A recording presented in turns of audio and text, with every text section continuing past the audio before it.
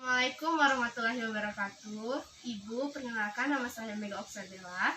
Seperti janji kita kemarin bahwa saya hari ini akan memberikan materi tentang KB suntik. Kita mulai ya, Bu. Ya. Ini adalah materi tentang KB suntik.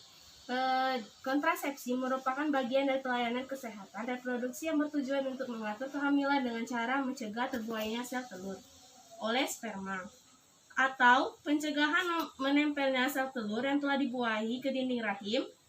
Alat kontrasepsi adalah media yang digunakan untuk mencegah terjadinya kehamilan.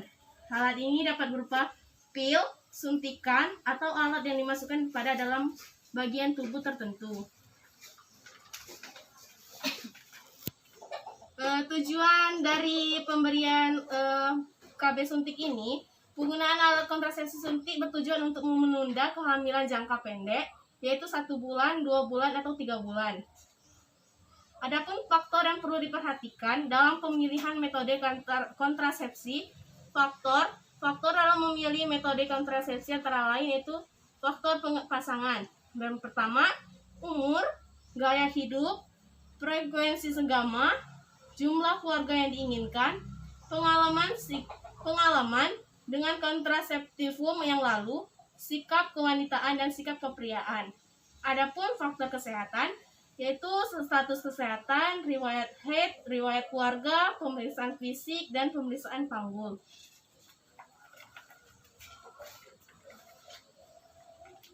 Selanjutnya, jenis alat kontrasepsi suntik. KB suntik adalah suatu alat kontrasepsi hormon yang cara penggunaannya disuntikkan secara intramuskular atau IM. Kontrasepsi suntik ini mengandung hormon sinetik. Zat hormonal yang terkandung dalam cairan suntikan dapat mencegah kehamilan dalam waktu yang tertentu.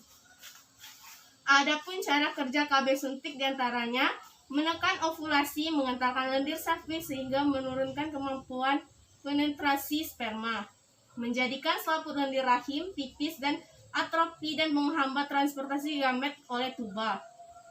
Kontrasepsi suntik terbagi menjadi 2 ya, Bu. Yang pertama, KB suntik golongan progestin dan depo-norepinephrine, serta suntik kombinasi yang terdiri dari kombinasi progestin dan estregon.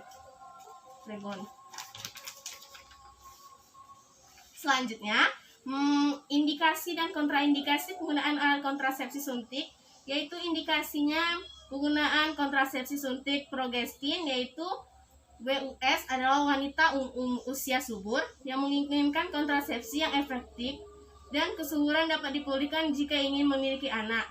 Sedangkan untuk kontraindikasinya antara lain sedang hamil, mengalami pendarahan pervaginam dengan sebab yang belum diketahui pasti, atau mengidap kanker mamae. Waktu penggunaan KSP itu pemberian awal bisa dilakukan pada hari ke-1 sampai ke-7 siklus haid atau setiap saat selama siklus haid di mana diyakini bahwa pasien sedang tidak hamil. Yang kedua, penggunaan kontrasepsi suntik kombinasi dapat digunakan pada wanita pasca persalinan dan tidak menyusukan bayinya, dan pada wanita yang mengalami disminor atau nyeri haid yang hebat.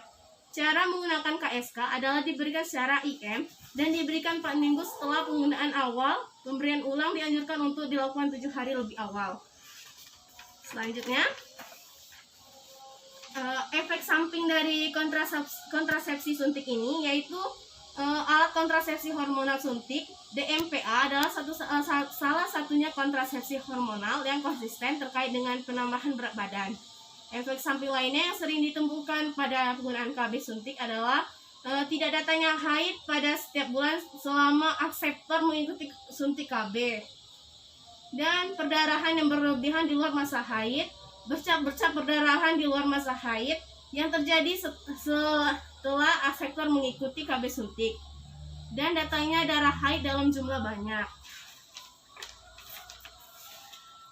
Mungkin hanya lagi sebagian ini materi yang dapat saya sampaikan pada Ibu. Jika Ibu ingin bertanya silakan. Sepertinya tidak ada. Jika tidak, terima kasih atas waktunya dan kerjasamanya. Terima kasih Bu. Wassalamualaikum warahmatullahi wabarakatuh. Waalaikumsalam warahmatullahi wabarakatuh.